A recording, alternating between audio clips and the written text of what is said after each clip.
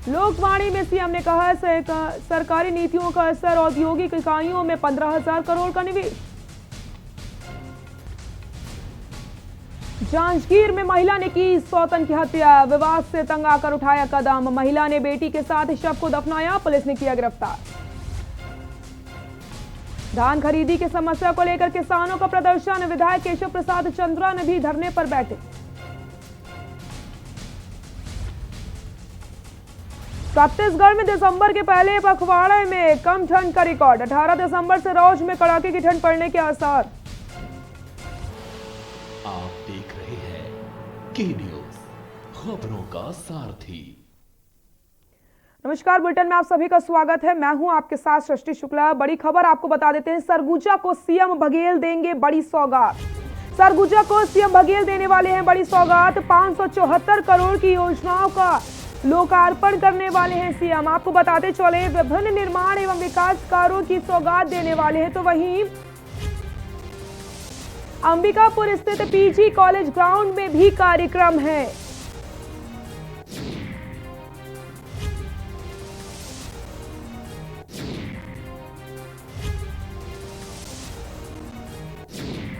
सरगुजा को सीएम बघेल देंगे बड़ी सौगात। विभिन्न निर्माण एवं विकास कार्यों की सौगात देने वाले हैं सीएम बघेल। अंबिकापुर स्थित पीजी कॉलेज ग्राउंड में भी कार्यक्रम होगा। सरगुजा को सीएम बघेल बड़ी सौगात देने वाले हैं। बड़ी खबर बता रहे हैं आपको, जहां पर अंबिकापुर स्थित पीजी कॉलेज ग्राउंड में कार्यक्रम। गोधन एम्पोरियम का उद्घाटन करेंगे और निरीक्षण करेंगे। पहले महामाया ऑक्सीजोन पार्क का निरीक्षण करेंगे। सरगुजा को सीएम बघेल देंगे बड़ी सौगात। 574 करोड़ की योजनाओं का करेंगे लोकार्पण।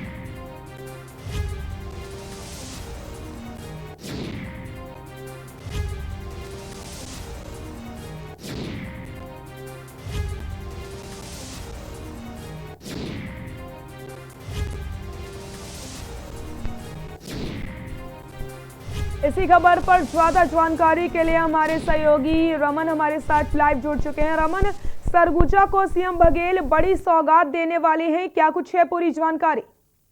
जी सृष्टि, मैं आपको बताना चाहूंगा कि यहाँ पे पूरी व्यवस्था लगा दी गई है। पुलिस प्रशासन पूरी व्यवस्था पे रखी हुई है। यहाँ पे हम पहुंचेंगे, सीएम 12 बजे टाइमिंग है उनका। पीजी कॉलेज में उनका भूमि पूजन कार्य है। आपको बताना चाहूंगा 574 करोड़ का भूमि पूजन कार्य करेंगे यहाँ पे।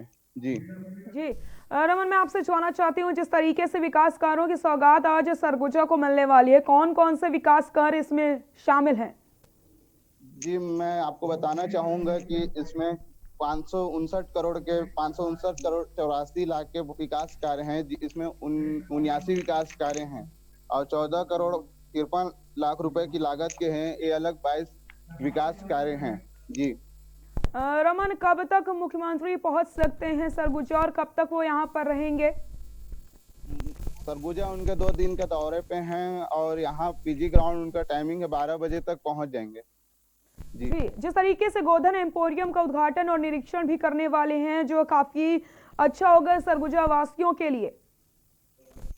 जी वो विकास कार्य के लिए कर रहे हैं। महामाया ऑक्सीजन पार्क निरीक्षण के लिए जाएंगे। वहाँ अपने आम जनों के साथ, मंत्रिमंडल के साथ रहेंगे, वहाँ उनका उद्घाटन करेंगे और सरगुजा वासियों के लिए सही होगा। जी बहुत बहुत शुक्रिया आपका इन तमाम जानकारी के लिए रमन। तो सरगुजा को आज सीएम बघेल बड़ी सौगात देने वाले हैं। आपको बताते चले, 574 करोड़ की योजनाओं का लोकार्पण करने वाले हैं मुख्यमंत्री।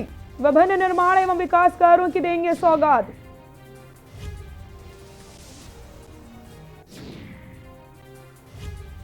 गोधन एम्पोरियम का उद्घाटन और निरीक्षण करेंगे।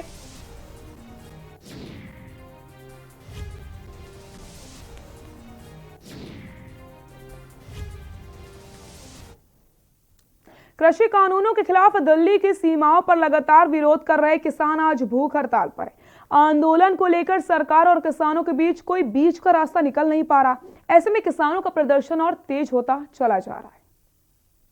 साल भी बह जाएंगे, कोई बात नहीं है, क्योंकि जे अं अज उठ के जाने ਤੇ ਸਾਡੇ ਬੱਚਿਆਂ ਦਾ ਬਿਲਕੁਲ ਭਵਿੱਖ ਜਿਹੜਾ ਉਹ ਖਰਾਬ ਹੋ ਜਾਂਦਾ ਤੇ ਸਾਨੂੰ ਅਸੀਂ ਬੱਚਿਆਂ ਦਾ ਭਵਿੱਖ ਬਚਾਉਣਾ ਵਾ ਆਪਣਿਆਂ ਦਾ। ਜੇ ਅਸੀਂ ਬੱਚਿਆਂ ਦਾ ਭਵਿੱਖ ਨਹੀਂ ਬਚਾ ਸਕਦੇ ਤੇ ਫਿਰ ਤਾਂ ਸਾਡੀ ਮੌਤ ਹੀ ਆ। ਇਸ ਕਰਕੇ ਅਸੀਂ ਇਹ ਜਿਹੜਾ ਵਾ ਅੰਦੋਲਨ ਹੈ ਜਾਰੀ ਤੋਂ ਜਾਰੀ ਰੱਖਾਂਗੇ ਤਗੜੇ ਹੋ ਕੇ। ਸਾਨੂੰ ਪੂਰਾ ਯਕੀਨ ਆ ਕਿ ਅਸੀਂ ਜਿਹੜਾ ਉਹ ਆਪਣੇ ਬਿੱਲ ਰੱਦ करा के ही इत्थों वापस जावांगे।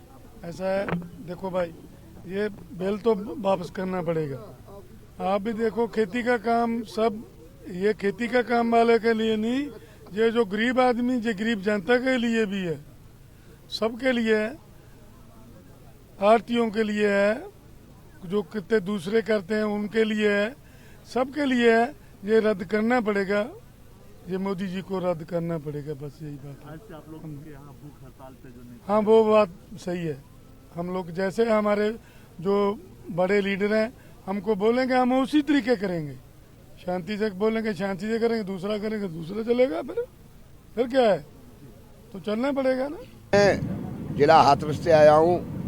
भारतीय किसान यूनियन का एक सच्चा कार्यकर्ता हूँ। जब से ये आंदोलन किसानों के हुए उसमें चौधरी महेंद्र सिंह टिकैत के साथ में मैंने कंधा से कंधा मिला करके किसान के आंदोलनों में भाग लिया है। धीरज सिंह जी, ये बताइएगा कि आज ये कहा गया है कि सभी जो डीएम ऑफिस है वहाँ ज्ञापन सौंपा जाएगा। हाँ, तो कब तक आप लोग जाने वाले हैं, कितने बजे ये कार्यक्रम? देखिए मैं मीडिया के माध्यम से कहना चाहता हूँ, तुम कहाँ से रोकोगे हमें? तुम्हारा पुलिस फोर्स नहीं आगे आने दे रहा है। तो देखिए ऐसी बात नहीं, भी कोई बात नहीं मानी गई है, वो अलग मैटर है। देखिए जो पंजाब से आंदोलन, हमारी किसान मजदूर शिकायत कमेटी पंजाब 8 जून में पहला धरना लगाया था, फिर ऐसे चला गया जून जुलाई अगस्त, हमने सितंबर 7 से जेल भरो मोर्चा शुरू किया, अब 24 से रेल पे गए, आज तक चल रहा अलग अलग। तो देखिए जब शुरुआत थी तो मैं कह सकता हूँ जितना बड़ा आंदोलन है शायद मतलब अब 100 गुना भी मुझे लगता है ज़्यादा बोल गया, शायद 1000 गुना कम था, अब 1000 गुना बड़ा है।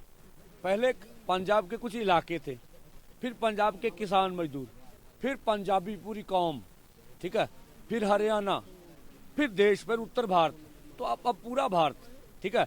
तो ये आंदोलन बढ़ रहा है, हमारी ये प्राप्ति है। शायद सदियों में इस तरह के आंदोलन होते हैं जो धर्म से ऊपर उठकर, जात पात से ऊपर उठकर देश की खेती की, तो खेती को कारपोरेट से बचाने की लड़ाई लड़ रहे हैं। पूरा देश आज जान गया कि खेती सेक्टर खत्म हो गया तो कुल मिला के भारत के बाजार है, जहां भी व्यापारी लोग हैं, दुकानदार है, सभी के असर पड़ेगा। तो ये हमारी अपने आप में प्राप्ति है। ठीक है, मुझे जो मानना है कि भारत सरकार के ऊपर बहुत दबाव है। अब देखिए जब गंगा मैया पर जाते हैं प्रधानमंत्री जी, तो वो मुझे लगता है 45-46 मिनट में 23 मिनट आंदोलन पर बोलते हैं। अब देखिए उनके कितना दबाव है। हम ये भी मानते हैं कि प्रधानमंत्री जी आपका कसूर नहीं है, शायद आप अकेले इस नीतियों के लिए जिम्मेवार नहीं है, सभी देश की पार्टियां जिम्मेवार है। आपकी बाजू शायद पीछे से मरोड़ी जा रही है, तो उनके ऊपर दबाव होगा। पर मुझे समझ नहीं आती, प्रधानमंत्री जी को ताकतवर प्रधानमंत्री बोला जाता। ताकतवर प्रधानमंत्री वो होगा जो भारत के लोगों की आवाज सुनेगा। अगर हमारी आवाज सुनकर आप फैसला करेंगे खेती कानून रद्द करने का, तो आपका कद और बढ़ेगा, भाजपा की सरकार का कद बढ़ेगा। तो हम लगता है ये आज का जो प्रोटेस्ट है सिंबॉलिक तौर पे हमारी यूनियन भी इसमें हमायत करेगी और कुछ किसान हम भी बैठाएंगे भूख हड़ताल के लिए। देखो जी, ਜਦੋਂ तक ਇਹ ਬਿੱਲ ਵਾਪਸ ਨਹੀਂ ਹੁੰਦੇ ਕਿਸਾਨ ਜਾਣ ਵਾਲੇ ਤੇ ਹੈ ਨਹੀਂ, ਨਾ ਕਿਸਾਨ ਜਾਣਗੇ ਤੇ ਜੇ ਕਿਸਾਨ ਜਾਂਦੇ ਕਿਸਾਨਾਂ ਦੀ ਮੌਤ ਦੇ ਵਾਰੰਟ ਆ। ਹਾਂਜੀ, ਇਸ ਕਰਕੇ ਕਿਸਾਨ ਜਿਹੜੇ ਵੀ ਆਏ ਕਿਸਾਨ ਵਾਪਸ ਨਹੀਂ ਜਾਣਗੇ, ਕਿਸਾਨ ਤੇ ਬਿੱਲ ਵਾਪਸ ਕਰਾ ਕੇ ਹੀ ਵਾਪਸ ਜਾਣਗੇ। मोदी सरकार रवे या ना रवे। दुर्ग में आयोजित पत्रकार वार्ता में राज्यसभा सांसद सुश्री सरोज पांडे ने किसान आंदोलन को लेकर बड़ा बयान दिया। उन्होंने कहा कि केंद्र की नरेंद्र मोदी सरकार द्वारा कृषि सुधार कानून किसान के जीवन स्तर में सुधार के लिए बनाया गया है। साथ ही साथ उनके 7 वर्षों से हो रहे अन्याय को दूर करने के लिए भी ये कानून बहुत ही कारगर है। लेकिन जिस तरीके से ये आंदोलन चलाया जा रहा है, कुछ लोग जो नहीं चाहते कि देश हित के साथ किसानों का भला हो, जिन्हें आप तो फिर बिल को टुकड़े टुकड़े भी कह सकते हैं।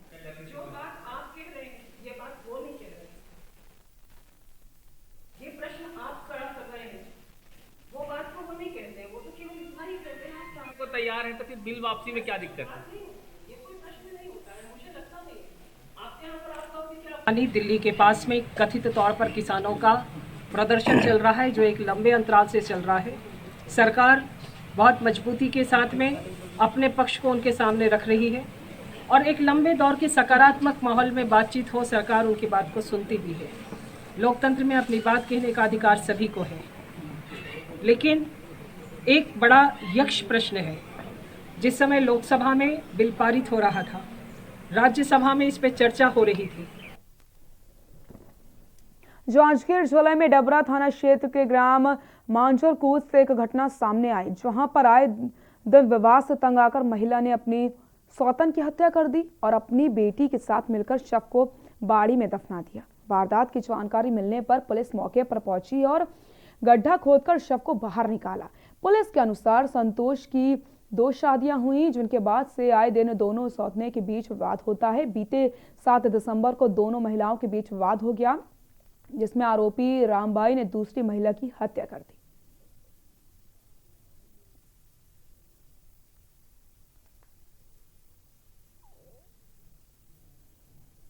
7 तारीख के सुबह में 6 बजे से रायपुर गए हैं। और बाद 11-12 बजे करीब में वहाँ से आए हैं। घर में आए तो घर पूरा सुना रही से, तो बड़े घर वाले के मोबाइल नंबर में लगाएं, कॉल करें तो वो नंबर ला लइका मन धर रही से और आने के घर में सुते रही मन। तो फिर लइका मन कर गए और पूछे तोर माँ कहाँ है रे, तो मम्मा दई घर नहीं सकते तो ले आ रही सो मल्ला। और तो दूसरा माँ कहाँ गिस, तो कपड़ा ला धर के 10-11 बजे के दिन के वह कहाँ चल दे। 7 तारीख को 7-12 को संतोष घर से कहीं बाहर गया था और रात को 12 बजे आया है। तब देखा कि उसके घर में कोई नहीं है और दूसरे दिन फ़ोन करके जब बुलाया तो उसकी बड़ी वाली पत्नी रामबाई वापस घर आई, उसके बच्चे भी आए और वो पता लगाता रहा, लेकिन उसकी छोटी वाली पत्नी उसी दिन से मिसिंग थी। कल शाम को उसको बड़ी वाली पत्नी ने ये बता दिया कि मैं तो वो उसे मार करके और बाड़ी में दफन कर दी हूँ। तो इस बात की सूचना थाने में दी गई और आज यहाँ कार्यपालिक मजिस्ट्रेट के साथ उपस्थित हुए हैं। छत्तीसगढ़ प्रतिशील एवं नवाचारी शिक्षक महासंघ प्रदेश इकाई छत्तीसगढ़ के तत्वाधान में कोरबा जिले के वनांचल एवं आदिवासी बहुत क्षेत्र पाली विकासखंड मुख्यालय स्थित मंगल भवन में 2 दिवसीय नेशनल एजुकेशन सेमिनार और टीचर्स मीट कार्यक्रम का शुभारंभ हुआ। प्रथम दिवस के उद्घाटन सत्र कार्यक्रम के मुख्य अतिथि के रूप में राजस्व मंत्री जयसिंह अग्रवाल, पाली तानाखार के विधायक मोहित केरकेटा उपस्थित थे। कार्यक्रम के प्रारंभ में पाली जनपद पंचायत के सीईओ स्वर्गीय MR कैरवत के आकस्मिक निधन पर 2 मिनट का मौन धारण किया गया और श्रद्धांजलि दी गई। कार्यक्रम के प्रथम सत्र में छत्तीसगढ़ राज्य के साथ साथ राष्ट्रीय स्तर पर विभिन्न प्रदेश के शिक्षाविदों, नवाचारी शिक्षक, शिक्षिकाओं एवं कैरियर काउंसलर के द्वारा देश की नई शिक्षा नीति पर आधारित तथा विभिन्न शैक्षिक विषयों पर प्रमुखता के साथ अपने विचार प्रस्तुत किए गए हैं।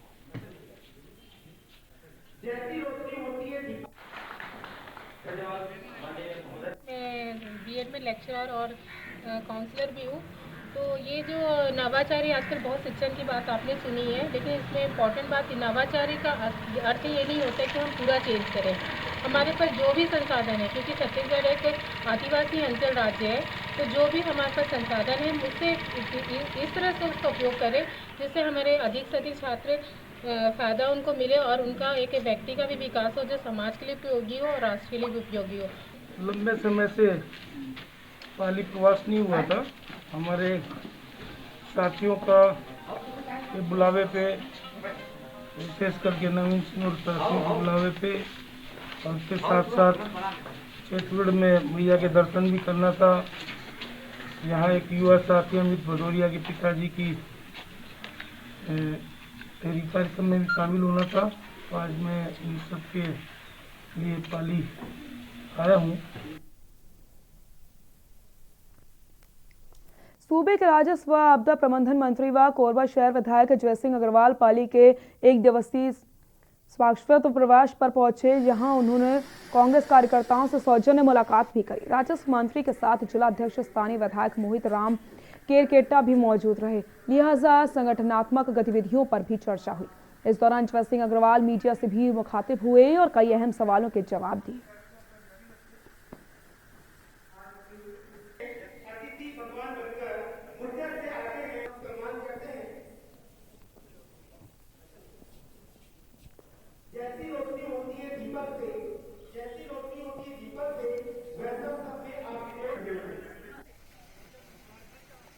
भाटापारा के सामुदायिक स्वास्थ्य केंद्र के परिसर में सेवा सुगंधम समाज कल्याण समिति रायपुर के द्वारा कोरोना काल के संकट समय में भाटापारा शहर को साफ रख करके लोगों को कोरोना से बचवाने के लिए संकल्पित सफाई कर्मचारी जिनका हमेशा सम्मान होने वाली कड़ी में ध्यान नहीं रखा जाता था, ऐसे पिछड़े लोगों का सम्मान किया गया। वहीं सम्मान के ऐसे कार्यक्रम में वार्ड की मतानी ने जो अपने वार्ड में एक सहेली की तरह वार्ड के लोगों के स्वास्थ्य के प्रति, गर्भवती महिलाओं की सुरक्षा एवं अस्पताल का इलाज मुहैया कराना, समय समय पर सरकार की योजनाओं की जानकारी एवं लाभ दिलवाने वाले मितानिनों का सम्मान किया गया।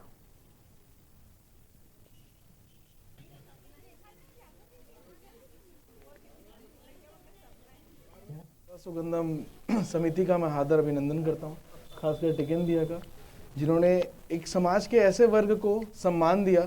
हमारा सम्मान तो बात की बात है, लेकिन समाज के ऐसे वर्ग को जिसको लोग लगभग छोड़ देते हैं, भूल जाते हैं, जबकि पहली कड़ी उस कोरोना सम्मान की वही है। सेवा सुगंधम की तरफ से इतना बड़ा आयोजन अविस्मरणीय है। मुझे उम्मीद नहीं थी इतना अच्छा बाहर के आदमी आके भाटापारा में इतना अच्छा लोगों का सम्मान और इतने संस्कार से, इतने आदर सत्कार से किए हैं, वो धन्यवाद के पात्र हैं। अभी विश्वव्यापी जो कोरोना काल में जो लोग अपनी सेवाएं दी है, चाहे वो सफाई कर्मचारी के रूप में हो, चाहे वो डॉक्टर्स के रूप में हो, चाहे वह समाज में पीड़ित लोगों को राशन देने की बात हो, ऐसी सारी जो योद्धा वो सभी लोग एक सम्मान के पात्र हैं। सेवा सहकारी समिति मर्यादित पद्मसरा के उपधान खरीदी केंद्र पद्मी का उद्घाटन किया और किसान सम्मेलन में शामिल हुए छत्तीसगढ़ के कृषि मंत्री रविंद्र चौबे तथा नवागढ़ विधानसभा क्षेत्र के विधायक शामिल हुए। राहुल चौबे ने कहा कि कांग्रेस की सरकार छत्तीसगढ़ की गरीब जनता किसानों की सरकार है। कांग्रेस ने जो वादा किया उनको पूरा किया। आज 2500 रुपए धान खरीदी कांग्रेस की सरकार गरीबों के हित में लगातार कार्य कर रही है।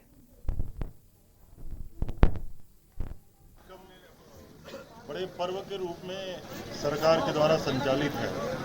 हमने निर्णय लिया है कि लगभग 90 लाख मीट्रिक टन धान की खरीदी करेंगे। इसीलिए समूचे छत्तीसगढ़ में नया उपकेंद्र बनाया गया है, नया सोसाइटी बनाया गया है। और आज सौभाग्य से पद्मी के धान खरीदी केंद्र में बेमेतरा जिले के हम तीनों जनप्रतिनिधि उपस्थित हुए हैं। बहुत दिन बाद ऐसा अवसर आता है, तीनों जनप्रतिनिधि एक साथ किसी उद्घाटन के कार्यक्रम में सम्मिलित हुए हैं। छत्तीसगढ़ की सरकार लगातार किसानों के पक्ष में काम कर रही है। सौभाग्य से 1 लाख करोड़ के बजट में लगभग 23,000 करोड़ रुपया हम धान खरीदी में किसानों को देने जा रहे हैं।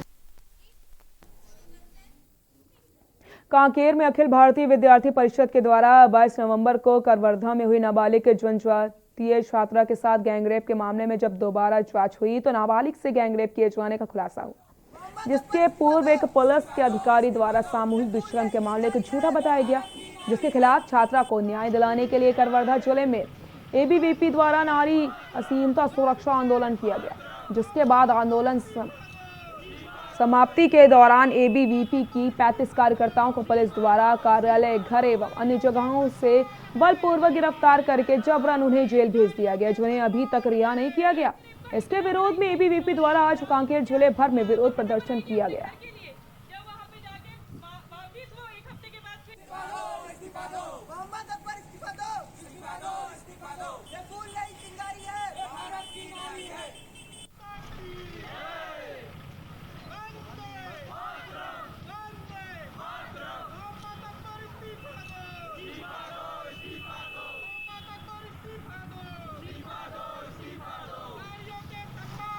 उस छोटी सी बच्ची के लिए एक न्याय चाहते हैं। कल भी जब वहाँ पे हमारा आंदोलन चला था तो जो हम लोग न्याय मांग रहे हैं, उन लोगों को आंदोलन खत्म होने के 4-5 घंटे के बाद में घर से जाके कार्यालय से जाके बलपूर्वक पुलिस द्वारा छात्रों को उठा लिया जाता है। उसके खिलाफ भी ये प्रदर्शन है और साथ में हमारा जो हम बेखौफ होकर जी सके, छत्तीसगढ़ में जैसी गंदगी स्थिति बनते जा रही है, जितना गंदगी फैलते जा रहा है, वो चीज़ पूरा हो, खत्म हो।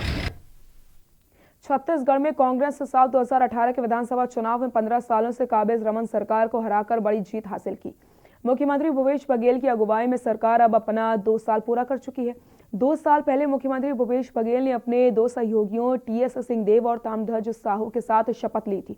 इसके कुछ घंटे के भीतर ही सरकार ने 3 बड़े फैसले लिए। वहीं दूसरी ओर विपक्ष ने बघेल सरकार पर हमला बोला है। ये रिपोर्ट देखिए।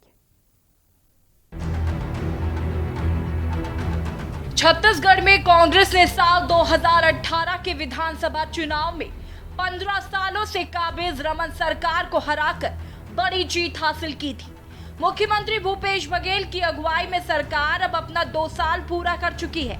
2 साल पहले मुख्यमंत्री भूपेश बघेल ने अपने 2 सहयोगी टीएस सिंहदेव और ताम्रध्वज साहू के साथ शपथ ली थी। इसके कुछ घंटे के भीतर ही सरकार ने 3 बड़े फैसले लिए थे। इसमें से 2 धान खरीद और कर्ज माफी सीधे किसानों से जुड़े थे। इन फैसलों ने इस बात का स्पष्ट संकेत दे दिया था कि सरकार का फोकस गांव, किसान और ग्रामीण अर्थव्यवस्था पर ज्यादा रहने वाला है। आज 2 साल पूरे होने पर गृह मंत्री ताम्रध्वज साहू ने कहा कि सरकार के 2 साल के कार्यकाल में 3/4 वादे पूरे हो चुके हैं, 1/4 बचा है, उसके लिए 3 साल का समय बचा है। आगे कहा कि गृह मंत्री साहू ने मुख्यमंत्री ने जिस तरह त्वरित गति से काम किया उसी का परिणाम है और परिणाम में देखेंगे तो छत्तीसगढ़ को अलग अलग विभागों में अलग अलग इनाम, प्रथम पुरस्कार, द्वितीय पुरस्कार मिला है व अन्य पुरस्कार पूरे भारतवर्ष में मिले हैं। इन 2 सालों में छत्तीसगढ़ के मुख्यमंत्री के कार्यों के परिणाम स्वरूप है, उसी का परिणाम है और परिणाम में देखेंगे तो छत्तीसगढ़ को अलग अलग विभागों में अलग अलग इनाम, प्रथम पुरस्कार, द्वितीय पुरस्कार मिला है और आज अन्य पुरस्कार पूरे भारतवर्ष में मिले हैं। इन 2 सालों में छत्तीसगढ़ में मुख्यमंत्री के कार्यों के परिणाम स्वरूप है। देखिए, हमारा 3/4 वादा पूरा हो गया है, 1/4 बचा है, उसके लिए अभी 3 साल का समय है। माननीय मुख्यमंत्री जी ने जिस त्वरित गति से काम किया है वो उसका मिसाल है और आप परिणाम भी देखेंगे। पूरे भारतवर्ष में छत्तीसगढ़ को अलग अलग विभागों को अलग अलग कामों के लिए कई में प्रथम पुरस्कार तो किसी में दूसरा, इस प्रकार का स्थान पूरे भारतवर्ष में मिला है। ये इन 2 सालों में माननीय मुख्यमंत्री जी के द्वारा निर्देशित अच्छे दिशा निर्देश के कारण जो काम हुआ उसका परिणाम है और जो बचे हैं उसके लिए काफ़ी समय है। वहीं 2 साल की सरकार की कार्यशैली पर बीजेपी प्रदेश अध्यक्ष ने कहा कि प्रदेश में लॉ एंड ऑर्डर ठीक नहीं है, अनाचार के मामले बढ़े हैं, भ्रष्टाचार के मामले बढ़े हैं। आज भी तत्काल में धान खरीदी की जा रही है, उसमें भी सरकार पूरी तरह से असफल है। खरीदी केंद्र में कहीं वर्दना नहीं है तो कहीं किसानों का पंजीयन नहीं हुआ है। वरदाली के नाम पर कई किसानों रकबा भारी काट दिया गया है, वहीं कई किसानों का रकबा शून्य कर दिया गया है। इसके कारण किसान आत्महत्या करने को मजबूर है। लाइन ऑर्डर ठीक नहीं है, अनाचार के मामले बढ़े हैं, भ्रष्टाचार के मामले बढ़े हैं, अपराधों की संख्या में भारी वृद्धि हुई है। आज जो अभी तत्काल में जो किसानों के धान खरीदे जा रहे हैं, धान खरीदी में भी ये सरकार पूरी तरह से असफल है। खरीदी केंद्र में कहीं वारदाना नहीं है, तो सब किसानों का पंजीयन ठीक से नहीं हुआ है और गिरदावरी के नाम से कई किसानों के रकबा भारी काट दिए गए हैं। किसी का रकबा तो शून्य हो गया है और इसके कारण किसान आत्महत्या पर भी मजबूर हो रहे हैं और आत्महत्या किए भी। बहरहाल जहां एक ओर सरकार के विधायक अपनी उपलब्धियां गिना रहे हैं तो वहीं दूसरी ओर बीजेपी के विधायक प्रदेश सरकार पर लगातार हमलावर हो रहे हैं। रायपुर से के न्यूज के लिए चित्रा पटेल की रिपोर्ट। बुलेटिन में फिलहाल के लिए इतना ही। देखते रहिए के न्यूज इंडिया। नमस्कार।